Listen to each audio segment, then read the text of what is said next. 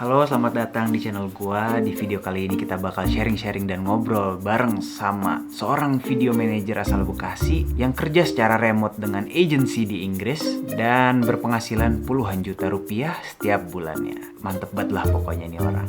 Langsung aja kita ngobrol sama orangnya. Halo Bang, gimana kabar lu Bang? Udah lama nih kita nggak ketemu. Weh, ya, makasih banyak di telepon nih. Baik, bro. Gimana kabar lu? Wah, alhamdulillah deh kalau lu baik-baik aja bang. Sebelum kita sharing mungkin lu bisa perkenalan singkat bang, biar teman-teman pada tahu siapa lu nih bang. Halo, nama gue Zidni. Umur gue 25 tahun. Pekerjaan yang sekarang gue lakuin di dunia remote work ini adalah video editor. Dan alhamdulillah sekarang sudah dapat kepercayaan untuk menjadi senior video editor. Sekaligus memanage tim juga. Gitu. Dalam tanda kurung manager di salah satu perusahaan di Manchester, Inggris. Tanpa basa-basi bang, langsung aja dah ceritain gimana cara pertama kali lu bisa dapet kerjaan gitu bang. Mulainya dari mana gitu, dapet klien pertama lu. Ketika gue sudah mulai graphic designing, video editing segala macam, itu gue sembari coba-coba daftar di website-website freelancer ini. Tapi kodarullahnya gue nggak pernah dapet sama sekali respon dari calon klien gitu. Berarti lu pertama kali dapet klien kapan tuh bang? Jadi akhirnya gue pun memberanikan diri untuk daftar dan mencoba merapi profil gitu dengan portfolio yang sekarang alhamdulillah udah banyak gitu kan. Terus kayak bio-nya gue isi, PP-nya yang bagus gitu, headshotnya, bla bla bla. Akhirnya malam itu juga gue coba cari kerjaan di situ. Sesuai minat gue kan video editing, graphic designing kan. Karena lebih pede video editing, ya udah gue coba daftar video editing dulu. 5 pekerjaan kalau nggak salah gue apply di malam pertama kali gue daftar di Upwork gitu. Nah bang, pas lu di tahun 2022 lu kan mulai coba lagi tuh bang. Itu tuh di malam itu juga bang, lu langsung dapet apa gimana tuh bang? Abis gue daftar, gue langsung tinggal tidur kayak, aduh ya Allah bismillah. Pokoknya besok pagi, insya Allah udah ada nih yang bales apply gue. Padahal ya gitu, profil gue ratingnya masih 0, belum ada apa-apa polosan gitu. Jadi kayak, ya udah ini mah bismillah aja. Alhamdulillahnya, pas pagi-pagi buka website Upwork-nya gitu, tiba-tiba di kolom notifikasi tuh ada merah-merah tulisan 1 gitu. Wah apa nih? Semoga bukan notifikasi dari Upwork ya. Setelah kita buka, sering, wow alhamdulillah ada klien yang bales dong pasti. Nah, pas kliennya bales, langsung dijelasin review segala macam. Akhirnya ternyata gue disuruh editing video YouTube gitu. Dia videonya 8 menit, 10 menit gitu. Satu videonya sekian dolar lah. Wah kata gue, lumayan nih, satu video doang sekian dolar. Ya kali gak gue ambil, lumayan buat tambah-tambahan gitu. Pada saat itu semangat banget kan, wah langsung freelancing asik banget. Akhirnya gue kerja di laptop, terus abis itu setorin videonya dapet duit, wah kayaknya asik banget kayak gini. Akhirnya dengan pede lagi, gue besok malamnya apply lagi dong. Karena skill gue ada 2 yang gue condongin, graphic designing sama video editing. Ya udah gue apply lagi graphic designing besok malamnya. Alhamdulillahnya ada yang menerima lagi. Dia 2 malam berturut-turut langsung dapat 2 kerjaan baru dari klien bule. Satunya dari Amerika, satunya dari Inggris gitu. Jadi ya alhamdulillah bisa, inilah lancar banget tuh malam-malam pertama gitu. Terus alhamdulillah banget.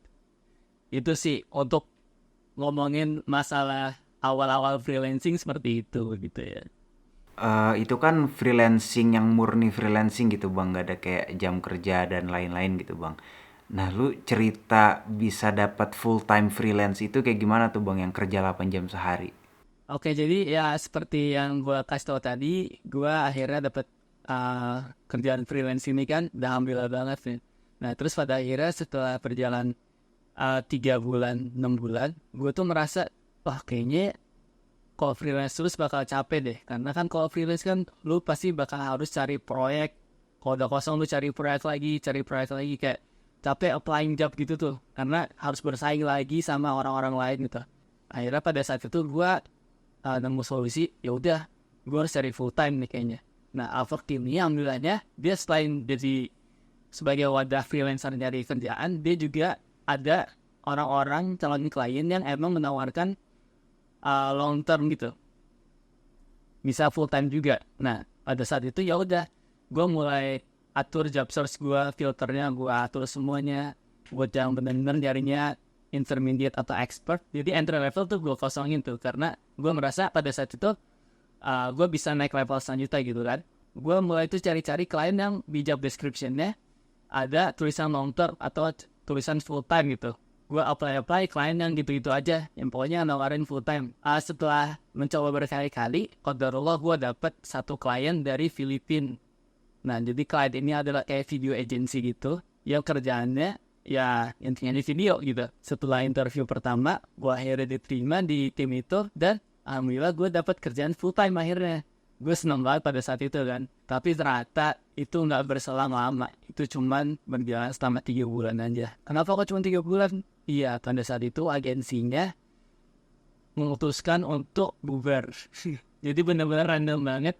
Kerjaan tiba-tiba berhenti, nggak ada kabar. Terus tiba-tiba satu-satu editornya ini di PHK atau dipecat lah bahasa dasarnya. Terus aduh, abis itu wah gue jadi pelaburan lagi kayak gini mah. Abis di layout gitu lu gimana dong bang? Lu dipecat tanda kutip yang tadi lu bilang. Gimana tuh? Ya udah, tapi ya yang namanya orang nyari kerja mah kan jangan nyerah ya, atau bahkan nggak bakal bisa isi dompet tuh. Pada saat itu gue terus apply kerja, dan emang platformnya gue pakai yang di Upwork doang gitu. Karena gue nyoba yang lain emang belum pernah rezeki kan. Ya udah, gue percaya aja ke Upwork gitu. Semoga aja Allah bakal kasih. Nah, pada saat itu gue apply, nggak ada yang jawab balasan gue. Malah pernah dong gue sekali ke scam. Jadi ada satu orang ngirim kerjaan ke gue, udah kontrak segala macam di Upwork-nya. Kontraknya per jam kan. Nah, per jam itu tau nggak berapa? $20. Gila, kata gue. Kalau nggak ngambil, lo gila lah kata gue. Akhirnya gue edit video. Waktu itu dia minta buat editin video YouTube tentang Elon Musk gitu kan. Video motivation tentang Elon Musk gitu lah. Karena ya di YouTube terkenal emang video Elon Musk tuh viewernya banyak. Ya udah, akhirnya gue editin videonya segala macam. Udah jadi 2 video. Nah, pas dikumpulin, di submit work-nya, tiba-tiba orangnya ghosting. Ternyata dia belum store duit ke Upwork. Nah, endingnya gue gak dapet duitnya, padahal gue udah kerja. Pernah aja. Ada aja orang kayak gitu bah, pasti. Tapi ternyata di sisi lain, pada bulan yang sama, Allah kasih rezeki dari arah yang gak disangka-sangka. Tahu nggak? Pas lagi stres nyari-nyari kerjaan yang sebelumnya gak jelas, dia udah berhenti. Tiba-tiba ada yang ngirim pesan di Upwork. Gue nggak apply apa-apa, gue nggak approach dia secara pribadi, masuk pesan. Tiba-tiba dia nanya, hey kamu bisa editin video gue nggak? Dan setelah gue lihat lokasinya, Manchester United Kingdom. Wah, kata gue, ini kesempatan noas yang gak bisa disia-siakan. Akhirnya langsung gue respon, oh iya bisa banget dong, apa kabar gitu. Terus dia langsung minta, yaudah kita Zoom call aja ya abis ini ya, sejam setelah ini. Oke siap. Habis itu kita langsung bahas gaji.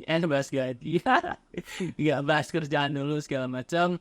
Terus endingnya bahas gaji. Dan setelah dia kasih tau gajinya, emang standarnya beda sih. Dan itulah pada akhirnya gue dapat full time. Yang benar-benar full time. Yang mana sampai sekarang gue masih di dalam bawah pengawasan perusahaan itu. Oh iya bang, lu kan katanya sekarang video manager kan kalau nggak salah. Itu gimana tuh bang? Maksudnya dari full time, dari video editor biasa jadi manager tuh gimana ceritanya bang? Oke, gue singkat aja ceritanya ya, biar interviewnya gak panjang-panjang. Jadi, ya gue masuk kan bulan September tahun 2023 kan. Nah yaudah, pada saat itu gue dari bulan September sampai Januari, selama kurang lebih berapa tuh? Oktober, November, Desember, Januari, Februari, 5 bulan. Itu gue benar-benar fokus sebagai individual contributor aja. Jadi ya udah gue bekerja sebagaimana staff video editor biasa. Gue nerima video, gue editin, gue store gitu. Waktu itu gue ada teman gue juga, jadi gue berdua tuh. Nah, pada saat itu bulan Januari akhirnya libur panjang. Setelah libur panjang, pas kita mulai masuk lagi di hari pertama, tiba-tiba kita ditelepon satu-satu. Mereka mau mengevaluasi kerjaan kita selama semester kemarin. Terus sambil ngasih tahu kalau mereka tuh suka sama pekerjaan gue dan mereka mau banget gue tetap stay untuk long term di sini. Dan bahkan mereka mau ngangkat gue menjadi manajer. Dan cerita sedihnya, pada saat itu teman rekan gue ternyata dipecat guys. Tapi emang bener-bener yang namanya kerjaan di luar negeri itu emang kliennya bener-bener bahkan menghargain orang yang serius kerja. Mungkin yang gue lihat teman gue ini tuh kerjanya tuh kurang bener karena sering unresponsive, kalau respon late terus kan, telat mulu kalau respon, terus juga nyetorin video tuh bisa 2 hari baru jadi. Itu kan kayak untuk sebuah agensi yang fokus di sosmed tuh benar-benar sangat inilah kelewatan lah. Jadi pada akhirnya setelah 5 bulan dia di lay off gitu. Dan kabar baiknya gue pada saat itu bisa lanjut ke tahap selanjutnya. Akhirnya di bulan Februari gue dititipin 2 orang lagi karena mereka mau gue menjadi manajer gitu. Karena setelah dibicarakan di tahun 2024 ini pekerjaan dan tugas-tugas bakal lebih padat, jadi gue harus benar-benar punya tim dan gue harus benar-benar latihan buat memanage mereka supaya nanti pada saat bulan selanjutnya di mana mereka merasa gue udah pantas gitu, mereka bakal benar-benar officially naikin gue menjadi manajer tetap gitu. Nah ya udah, pada saat itu gue jalan itu gue latihan manage tim, gue juga latihan gimana cara berkomunikasi antara dua pihak gitu, pihak manajer, pihak atasan gue sama pihak tim gitu. Dan juga benar-benar harus mastiin kualitas kerjaan tuh inilah benar-benar beres gitu. Ibarat kata. Ya udah, setelah 6 bulan, alhamdulillahnya mereka malah makin seneng lagi, gue akhirnya ditetapkan menjadi manajer tetap. Wah, keren banget sih gue denger cerita lu Bang, mantep banget Bang. Lu BTW kan sekarang udah bisa dibilang lumayan sukses lah Bang di remote freelance ini untuk ukuran orang Indo gitu Bang. Nah itu lu ada kayak tips gitu gak sih Bang untuk nge-branding diri gitu Bang ke klien luar gitu? Oh berarti dari sebelum gue masuk ini ya, perusahaan ini ya, benar dari awal gitu kan. Iya Bang, bener Bang. Gimana tuh kalau tips lu dari awal banget Bang? Oke, jadi mungkin ini sekedar sharing tips juga ya buat teman-teman yang mungkin mau mulai mencoba mencari keberuntungannya di Upwork. Oke, jadi gue bakal bagi ini menjadi 3 fase. Fase pertama adalah ketika kita masih newbie, fase kedua adalah ketika kita sudah 3 bulan gitu, dan fase ketiga adalah ketika kita sudah 6 bulan. Nah, jadi fase pertama itu adalah ketika kita masih newbie. Ketika kita masih newbie, kita belum punya apa-apa, portfolio kita masih kosong, terus juga kita belum bisa ada masukin review-review di sana gitu ya. Nah, jadi sebagai newbie di Upwork ini, kita ini harus benar kreatif. Nah, jadi ini mungkin sekedar sharing tips kalian ya. Dan ini bisa bilang rahasia juga loh, dia benar-benar siapa-siapa ya. Nah, jadi pertama, yang penting adalah kita harus memasang foto profil yang bagus. Foto profil yang bagus tuh gimana? Nah, foto profil yang bagus tuh kita benar harus nampakin muka kita gitu ya. Jadi jangan kayak maling ditutup-tutupin mukanya ya. Jadi benar-benar harus muka kita yang jelas, yang senyum, yang cerah gitu. Jadi yang gimana caranya orang-orang di Upwork di calon-calon klien gitu bakal, wah ini orang keren nih, kayaknya meyakinkan banget mukanya. Nah itu menjadi salah satu faktor juga. Terus kemudian kedua itu adalah bio. Nah jadi di profil Upwork kita tuh kita bisa ngisi bio kita. Salah satu pro tipsnya untuk mengisi bio di Upwork adalah bukan dengan kalimat hey I'm Zidni gitu. Itu old school banget. Orang-orang zaman sekarang udah apaan? Iya gue tahu nama lu Zidni terus apa gitu, skip gitu, ibarat kata gitu. Itu udah gak relevan lagi. Jadi cara yang ngisi bio yang benar adalah benar-benar kita harus langsung tembak kliennya. Tembaknya gimana? Langsung tembak tuh dalam artian langsung tunjukin kita spesialisasinya di mana. Misal kita jago graphic designer atau video editing seperti gue. Jadi di bio gue pasang kamu butuh video editan, kamu butuh video untuk diedit dengan kualitas terbaik dan hasil yang cepat gitu. Atau misalnya graphic designing, kamu butuh graphic designing yang cepat dan bagus gitu. Nah, dia benar-benar langsung ditembak tuh. Jadi klien langsung, ya mau gitu. Ibaratnya gitu kan. Nah, baru setelah itu kita lengkapin lagi dengan elemen-elemen yang lain. Misalkan contohnya, aku pengalaman berapa tahun di mana-mana di perusahaan kayak gini. Aku bisa menyelesaikan masalah-masalah klien seperti ini. Terus kemudian baru tuh kenalan setelah itu. Nama aku Zidni misalkan. Habis itu aku ahli di bidang ini. aku ahli di aplikasi ini, disebutin semua, baru di akhir jangan lupa pakai penutup. Penutupnya apa? CTA, call to action. Jadi call to action ini benar-benar penting. Nah, kalau call to action yang gue pakai itu adalah kalian tertarik, yuk ngobrol gitu. Atau kalian tertarik, yuk bisa kirim pesan. Nah, pada akhirnya kliennya, oh ya udah gue kirim pesan ke dia sekarang gitu. Nah, jadi benar-benar ada ada kalimat persuasifnya, ada ajakannya, hayo gitu. Nah, mungkin itu salah satu alasan juga kenapa pada saat itu gue akhirnya di chat sama klien yang padahal nggak gue approach. Nah, itu sebuah keajaiban bisa tiba, pertolongan dari Allah. Ada satu hal lagi yang bisa kita isi meskipun kita masih newbie adalah portfolio.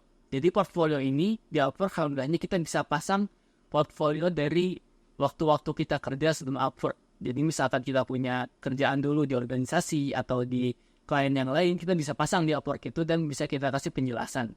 Jadi benar-benar bisa inilah sebagai perwakilan kalau kita tuh jago di hal-hal ini loh. Ini portfolionya ada gitu. Nah, seperti itu. Terus kemudian kita memasuki fase kedua. Fase kedua adalah fase di mana kita sudah berhasil untuk mendapatkan pekerjaan di Upwork. Misalkan pada saat itu gue udah masuki bulan gue yang ketiga, itu gue udah dapat 4 pekerjaan atau 5 gitu lah, proyek-proyekan gitu. Pada saat fase itu, kita punya sebuah privilege di mana kita sudah mendapatkan review dari klien-klien sebelum kita. Jadi, kayak misalkan di pekerjaan pertama, kita bagus banget gitu kan. Kita dikasih bintang 5. Ada juga review tulisannya gitu. Kayak contohnya, wah Ziti ini bagus, Ziti ini benar-benar hardworking, bla bla bla bla bla gitu. Terus pekerjaan kedua apa, 3, 4, 5 gitu. Jadi benar-benar itu bakal ngebantu kita buat stand out dari yang lain. Dan juga secara nggak langsung rating kita bakal naik. Nah, kita bakal naik ke search ke atas itu kalau di Upwork di Barsata gitu. Nah, jadi pada saat itu kita sudah punya privilege review. Terus privilege kedua adalah kita bisa mengganti portfolio. Nah, jadi portfolio kita yang isinya pekerjaan-pekerjaan yang sudah lama gitu ya, bisa kita ganti dengan yang baru-baru gitu. Jadi pekerjaan yang baru gitu yang kita udah dapatkan klien sebelumnya, nah itu bisa kita masukin satu-satu gitu. Nah, yang tentunya bakal lebih fresh lagi kan profil kita. Nah, itu kedua. Terus ketiga, sebenarnya fase ketiga ini setelah 6 bulan itu mirip-mirip fase kedua. Tapi ya kita udah lebih matang lagi. Review kita udah ada halaman keduanya gitu, udah saking banyak ya. Dan juga portfolio kita udah bisa diganti dengan yang lebih bagus lagi. Nah, pada saat itu kita bakal lebih mudah lagi untuk mendapatkan pekerjaan yang bagus. Itu kalau sistem di Upwork sih. Kalau kita ngomongin tentang environment kerjaan lu tuh gimana bang? Maksudnya kan lu dengan klien luar gitu bang, dan zona waktunya kan pasti beda-beda gitu bang. Dan ya gimana tuh bang? Penasaran banget gue bang. Oke. Jadi untuk menyesuaikan dengan environment online gitu ya, dimana kita benar-benar kerja sama orang yang di luar Indonesia. Ya, bosnya dari UK, teman-teman dari Filipina gitu kan. Kalau di kasus gue ini, ya udah sih sebenarnya santai-santai aja. Skill pertama yang harus dimiliki emang mutlak banget ya bahasa Inggris. Jadi emang salah satu bahasa yang pokok banget untuk benar-benar harus dipelajarin gitu sama kita. Ya jadi emang mau nggak mau harus bisa bahasa Inggris gitu. Karena mereka bakal melihat nilai plus banget kalau kita benar-benar bagus dalam bahasa Inggris gitu. Satu. Terus kedua, dalam menyesuaikan dengan environment ini ya udah kita, kalau kasus gua ini adalah waktu ya, time zone yang berbeda gitu. Jadi kalau di Indo ini kan GMT plus 7. Intinya sama Indo itu beda beda 6 jam. Nah, beda 6 jam. Jadi kerjaan gua ini mulai jam 9 pagi waktu UK. Nah, berarti kalau di Indonesia, gue mulai kerjaan gue jam 3 sore. Agak asik sih ya, jadi pagi itu santai. Tapi, kelarnya itu jam 5 sore UK. Nah, berarti di Indonesia, kelar jam 11 malam. Nah, gitu aja sih. Ini ada plus minusnya lah. Kalau masalah time zone-nya, sebenarnya tinggal diatur jam tidurnya aja sih. Dan tinggal jangan begadang. Habis itu mungkin tidur siang sebentar biar fresh gitu kan, atau teman-teman yang suka minum kopi dulu sebelum kerja. Intinya mah jangan lupa makan gitu aja. Oh iya bang, sebenarnya kalau pekerjaan lu saat ini nih bang, bisa dibilang sesantai itu nggak sih sebenarnya pekerjaan itu lu bang? Salah satu hal yang penting di dalam pekerjaan online juga itu jangan sampai menganggap enteng ya. Jadi mungkin beberapa teman-teman kayak freelance, oh santai bisa ngumpulin kerjaan kapan aja, terus juga fleksibel, sehingga itu membuat mereka kayak ya udah santai gitu. Kerjaan nggak dikumpulin atau kerjaan nggak berkualitas sama sekali. Justru itu yang bakal ngancurin nilai-nilai kita sebagai freelancer. Pertama dapat review jelek, terus nggak dipercaya lagi sama klien-klien, nggak ada yang return gitu ibarat kata. Nah itu sangat harus diperhatikan banget. Jadi meskipun kita kerja online, freelance, gak ada yang merhatiin sekitar kita gitu, ya udah kita harus tetap kayak kerja di kantor gitu kan. Apalagi yang full time remote gitu kan, ya udah kita harus tetap kerja kayak di kantor aja. Kerja disiplin, masuk tepat waktu, keluar tepat waktu gitu, jangan keluar duluan. Nah jadi emang benar-benar itu harus dihargai banget nilai-nilai kedisiplinan itu meskipun kita dari jauh. Nah terus lu biar kita bisa stand out gitu bang, sampai dari video editor biasa gitu bang, sampai jadi manajer kayak lu tuh gimana bang? Mungkin ini aja sih ya, kualitas kerja gitu. Kualitas kerja tuh ya dari segi pekerjaan, pengumpulan, dan juga emang kualitas dari kerjaan itu sendiri gitu. Pekerjaan kayak kita pasti kasih kerjaan itu tepat waktu, juga tetap responsif pas sambil kerja, bisa diajak diskusi bareng. Habis itu juga pas pengumpulannya nggak telat, atau misalkan kalau telat juga kita konfirmasi dengan jelas gitu. Intinya komunikasi itu harus berjalan dengan baik banget ke atas dan ke bawah. Terus yang ketiga emang kualitasnya harus bagus. Harus bagus dalam arti kata sesuai permintaan klien. Klien kan nggak mesti minta yang ribet-ribet, kadang malah klien tuh mintanya simple banget. Kadang kita keribetan malah mereka, enggak ini terlalu ribet. Intinya harus sesuai dengan permintaan klien gitu. Mau gimana pun itu kan. Itu sih cara untuk stand out di antara para pekerja-pekerja remote gitu. Itu prinsip yang gue pegang pertama adalah kedisiplinan. Jadi harus benar-benar memegang kedisiplinan ini gitu. Sebagaimana kita emang kerja di kantor yang on-site gitu. Jadi itu yang benar-benar mereka hargai. BTW bang, lu pernah gak sih ada pengalaman paling exhausting gitu bang? Atau sampai gagal malah gitu bang? Lu pernah gak selama kerja di perusahaan ini gitu bang? Exhausting dan gagal. Ada beberapa saat di mana gue gak bisa memenuhi permintaan klien gitu. Jadi ada satu momen di mana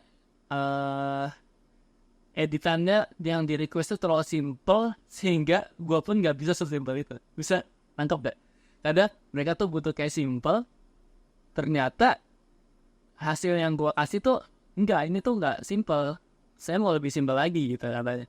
Gimana sih itu simple banget gitu. Ibarat kata mungkin kita pas masuk kerja tuh mempunyai standar sendiri, sedangkan mereka punya standar yang mereka sendiri gitu, yang mereka anut, sehingga yang kita bawa nih kayak mungkin mereka anggap tuh norak nih, nggak terlalu over lah gitu ya. Itu mungkin berjalan tuh sama 1 bulan gue benar-benar mulai mempelajari sebenarnya mereka tuh butuh video yang kayak gimana sih gitu. Gue awal tuh kayak gitu.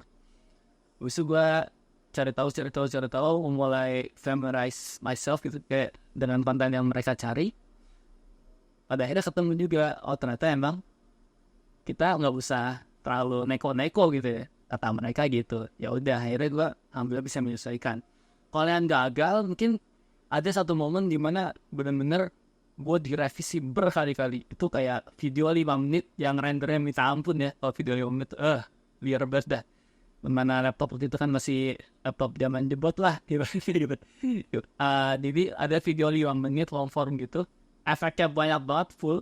Terus dia tuh tiap kali gue kumpulin, revisi. Oke, revisi, 1. Gue kerjain, gue balikin lagi, revisi lagi. Gue balikin lagi, kerjain lagi, revisi lagi. Dan pada akhirnya videonya nggak diupload dong, anjir. Intinya, wah itu pada saat itu stresnya pasti tetap ada lah, namanya kerjaan mah ya. Mau online, mau offline mah sama-sama ada stresnya masing-masing gitu. Mungkin yang ketiga ya, ini sih, paling struggling tuh awal-awal mulai nge-manage tim. Dimana pada saat itu berinteraksi dengan orang baru yang kita benar-benar belum kenal sebelumnya dan mengenal sifat mereka itu. dan gimana caranya kita mendisiplin mereka kalau mereka emang kerjanya layang-layang gitu. Kita ada momen di mana gue emang mendisiplin mereka gitu meskipun dengan online ya. Jadi marah online lah ibarat kata ke mereka, karena pada akhirnya kalau kerjaan nggak bener ya yang disalahin manajer kan gitu. Gitu sih. Ada challenge yang lain juga mungkin yang gue gak bisa sebutin satu-satu. Oh iya bang, untuk spek laptop sendiri ada kayak spek minimal kah bang untuk pekerjaan yang kayak lu gini? Ya, oke. Sebenarnya sangat simple dan bisa dibilang lo bisa benar-benar mulai dari apa yang lo punya sekarang gitu.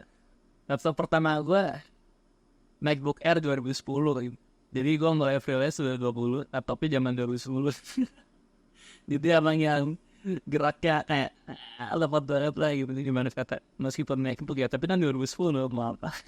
Nah bang, lu ada kata-kata gak bang untuk orang yang selalu ngeluh gak mau mulai freelance karena laptopnya jelek atau apa gak mau berkarya gitu bang? Lu ada kata-kata gak bang? Jadi intinya tidak ada alasan kekurangan gear untuk mulai freelancing gitu. Bahkan kalau kalian ingin tekuni cuma di bidang translation atau misalkan di bidang nulis scriptwriter gitu ya, atau copywriting atau data analysis lah, itu kalian bisa memulai dengan laptop yang tidak perlu sekuat itu gitu, karena itu bakal bisa menyanggupi pekerjaan kalian. Ibarat kata, gunakan saja apa yang bisa nyanggupin, nggak mesti yang wah mewah-mewah. Oh iya bang, kalau misalnya kita kayak ngomongin hasil selama lu freelance ini nih bang, apa aja tuh bang yang udah lu dapet gitu bang? Ngomong-ngomong lu juga nikah muda kan bang, setahu gua. Jadi kalau ngomongin masalah hasil, belum seberapa lah bro. Ya intinya salah satu motivasi untuk freelancing pada saat itu ya karena untuk menikah. Yang namanya nikah kan butuh ya mahar, macam-macam lah kebutuhan awal nikah kan, dan juga untuk tempat tinggal di awal nikahan kemarin. Nah itu benar-benar menjadi motivasi untuk benar-benar menekuni bidang freelance ini gitu. Nah ya jadi kalau ngomongin masalah apa aja yang udah kebeli, ya alhamdulillah mencukupi kebutuhan sehari-hari gitu ya dalam kehidupan kami berdua, misalkan ya masalah makan, masalah tempat tinggal, dan juga jalan-jalan segala macam.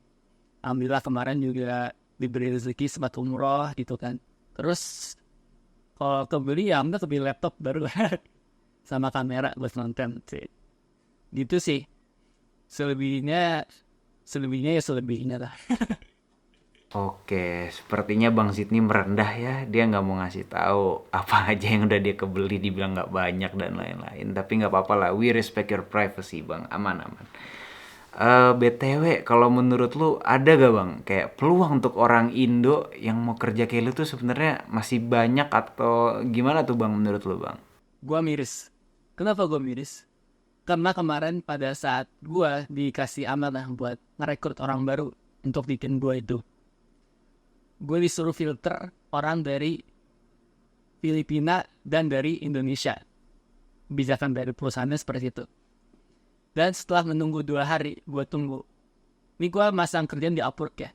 Setelah gue tunggu 2 hari, itu yang daftar cuma dari Filipina. Bahkan orang India ada yang nyangkut di situ, nggak tahu kenapa. Padahal gue filter. Nah, gue miris kenapa nggak ada orang Indo. Itu aja. Dalam hati gue, aduh, sayang banget nih orang Indo gak ada yang ngambil, padahal gaji lumayan, kerja nyantai bisa dibilang gitu kan dari rumah. Ini kok gak ada orang Indo ngambil gitu. Nah mati gue, apa orang Indo belum tahu tentang ini ya? Apa harus gue bantu promosi ini biar orang Indonesia nemu jalan baru untuk mencukupi kebutuhannya gitu. Nah yaudah, itu sih salah satu concern gue di awal. Gini deh Bang, misalnya kita mau mulai nge-freelance remote kayak lu gitu Bang. Itu ada skill apa yang menurut lu paling penting gitu untuk kita mau nge-freelance kayak lu gitu Bang? Nah kalau ngomongin masalah skill yang harus dimiliki, pertama ya bahasa Inggris itu kan. Nah bahasa Inggris harus tingkat apa? Minimal conversational lah. Ibarat kata kita bisa ngomong dan juga memahami apa yang diomongin gitu sama si klien itu. Syukur-syukur dapat klien yang bisa maklumi bahasa Inggris kita gitu. Cuman kan kasus tersebut jarang ya. Biasanya kebanyakan klien ini butuh yang orang emang bisa diajak ngobrol gitu, bisa diajak ngobrol aktif segala macam. Oh iya, minimal kalian bisa ngobrol bahasa Inggris secara tekstual, bukan secara ngomong ya, tapi tekstual. Karena ada beberapa klien yang emang nggak lewat call, ya udah ngechat aja gitu. Berarti kalau baru dapet yang lewat call, ya udah harus bisa yang benar-benar ngomong lah, ngomongnya harus acceptable lah gitu sama mereka. Kalau untuk skill editing sendiri gitu bang, kita tuh perlu pakai software yang ribet-ribet gitu atau kayak CapCut doang sebenarnya udah cukup bang? Itu kembali ke kliennya masing-masing sih ya. Jujur, klien gua yang pertama banget itu lebih ribet daripada yang sekarang. Revisinya nauzubillah gitu. Sekali revisi bisa terus banyak banget videonya 9 menit lah kan. Oh itu sekali render bisa nunggu sampai tidur. Namanya juga laptop ini kan nggak kuat-kuat banget dulu. Tapi kalau kliennya sekarang lebih santai, ngedit aja pakai CapCut. Nah, malah mereka yang nyuruh gue pakai CapCut. Kan gitu ya. Namanya kliennya itu beda kan. Nah jadinya kalau masalah editing ya, kalau tips dari gue ya maksimalin aja skillnya. Ntar dapet kliennya gimana ya udah gitu. Yang penting skill kita udah maksimal gitu, semaksimal yang bisa kita punya. Oh, ternyata CapCut aja cukup ya. Dikira gua enggak loh. Maksudnya kira gua klien luar tuh harus yang editingnya kayak gimana gimana. Ternyata CapCut cukup ya. Terus ini deh bang, lu ada pesan-pesan terakhir gak bang buat orang-orang nih bang di luar sana, teman-teman di luar sana yang pingin bisa freelance kayak lu gitu bang. Lu ada pesan-pesan gak? Pesan-pesan terakhir. Ini bukannya gue yang paling terbaik di antara orang-orang freelancer lainnya ya. Gue cuma mau sekedar berbagi pesan aja. Ya intinya zaman sekarang gitu ya, 2024 khususnya, udah saatnya kita membuka jalan baru untuk mencari pekerjaan gitu.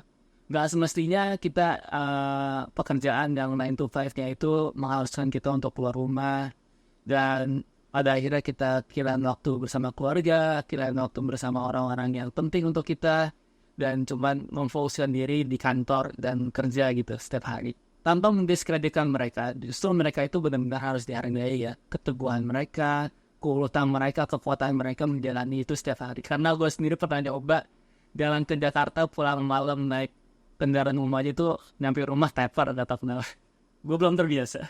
Tapi intinya di 2024 ini, di abad ke-21 ini, udah saatnya kita mencoba hal baru. Terusnya masih muda-muda, untuk mencoba mencari kerjaan lewat online ini. Platform apapun itu, bisa Upwork, bisa 1000 Lancer, atau misalkan Indeed, atau bahkan LinkedIn gitu ya. Ada beberapa orang teman yang dapat dari LinkedIn juga. Nah, itu benar-benar harus dicoba banget. Kenapa? Karena itu memungkinkan kita untuk membuka posibilitas baru untuk mendapatkan kerjaan yang benar-benar cocok untuk kita dari segi gaji, dari segi waktunya, dan juga dari segi skill yang kita punya gitu. Itu benar-benar bisa kita filter sendiri gitu. Dan pada akhirnya ketika mendapat pekerjaan itu ya kita bisa kerja dari rumah, dari mana saja, atau mungkin kalau ada yang onsite misalkan kita diterbangin ke luar negeri. Nah, Allah alam gitu kan, rezeki masing-masing. Nah, jadi ya saya mengimbau kepada teman-teman semuanya untuk turun mencoba apply kerja via online gitu, lewat platform manapun itu. Oh iya bang, kalau misalnya ada teman-teman yang mau konsul atau nanya-nanya ke lu gitu bang, bisa dihubungin lewat mana bang? Jika teman-teman ada yang mau konsultasi atau ngobrol bareng-bareng, bisa aja langsung dikontak Instagram saya @zitinas_. Itu bukan akun portfolio, itu akun personal. Jadi jangan berharap ada banyak portfolio di situ. Tapi bisa reach out aja. Kalau ada kesempatan, insya Allah dibalesin satu. Siap bang. Mungkin kalau ada teman-teman yang mau langsung nanya-nanya atau apa langsung hubungin dia. Oh, terakhir. Kenapa bang? Sorry. Terakhir. Oh ternyata masih ada pesan yang terakhir banget-bangetan nih dari Bang Sidney. Kita dengerin aja deh sebelum kita closing. Terakhir, jangan lupa sering-sering berdoa pada Allah SWT. Terusnya kita juga harus sering istighfar. Karena dengan istighfar itulah itu ya, kita bisa dibukakan rezeki dari arah yang salah sangka. Terus juga masalah kita dipermudah, semuanya segala macam diperlancar. Pokoknya kalau kita doanya lancar, sholatnya lancar gitu. Jangan sampai kita benar-benar melupakan Allah gitu ya. Intinya mah harus tetap menyangkutkan sesuatu itu kepada Allah Subhanahu wa taala gitu. Agar apa-apa dilancarin intinya gitu. Karena sesuatu yang terjadi sampai saat ini yang membawa gue sejauh ini itu gak mungkin terjadi kalau Allah nggak menghendaki. Intinya semua yang ada di dunia itu kan titipan ya. Termasuk juga pekerjaan, gaji, uang yang kita punya itu titipan. Jadi jangan sampai membuat jangan sampai membuat kita merasa lebih tinggi daripada yang lain. Intinya kalau udah dapet tuh alhamdulillah syukurin, perbanyak ibadah segala macam. Kalau belum dapet juga banyakin doanya, perbanyak ibadahnya. Intinya sama aja. Intinya sebagai manusia mah emang berjalan terus sepanjang waktunya gitu selama kehidupan kita. Jangan lupa sama Allah Subhanahu wa taala. Terima kasih teman-teman. Assalamualaikum. Waalaikumsalam warahmatullahi wabarakatuh. Wah, video kali ini insightful banget sih, interview sama Bang Sydney. Gue jadi dapat banyak hal-hal baru lah. Maksudnya dia tuh mulai dari nol banget loh, dari laptop tahun 2010 gitu. Tapi bisa sampai di titik sekarang gitu, Masya Allah buat sih. Ya, kalau menurut kalian video ini bagus, subscribe. Kalau nggak bagus, ya nggak usah subscribe. Oke, makasih.